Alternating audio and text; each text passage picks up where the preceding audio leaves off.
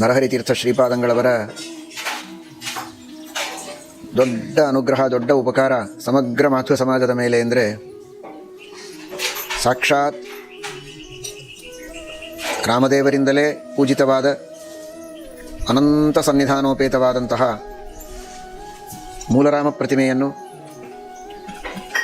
ರಾಮದೇವರೇ ಸ್ಪರ್ಶವನ್ನು ಮಾಡಿ ವಿಶೇಷ ಅನುಗ್ರಹವನ್ನು ಮಾಡಿದಂತಹ ಮೂಲಸೀತಾ ಪ್ರತಿಮೆಯನ್ನು, ಬ್ರಹ್ಮಕರಾರ್ಚಿತವಾದಂತಹ ಆ ಪ್ರತಿಮೆಗಳನ್ನು ಶ್ರೀಮದಾನಂದತೀರ್ಥ ಭಗವತ್ಪಾದಾಚಾರ್ಯರ ಆಜ್ಞೆಯಿಂದ, ಶ್ರೀಮದಾಚಾರ್ಯರ ಅನುಗ್ರಹದಿಂದ ಅದನ್ನು ತಂದು ಶ್ರೀಮದಾಚಾರ್ಯರಿಗೆ ಪದ್ಮನಾಭತೀರ್ಥರ ದ್ವಾರ ಅರ್ಪಣೆ ಮಾಡಿದಂತಹ ಒಂದು ದೊಡ್ಡ ಶ್ರೇಯಸ್ಸು ನರಹರಿತೀರ್ಥರಿಗೆ ಸೇರುವಂಥದ್ದು. ಏನು ಪುಣ್ಯ ಮಾಡಿದ್ದರೆ ಚತುರ್ಯುಗ ಮೂರ್ತಿಯನ್ನು ನೋಡುವಂತಹ ಭಾಗ್ಯ ನಮಗೆ ಸಿಗುವುದಕ್ಕೆ ಸಾಧ್ಯ ಇತ್ತು.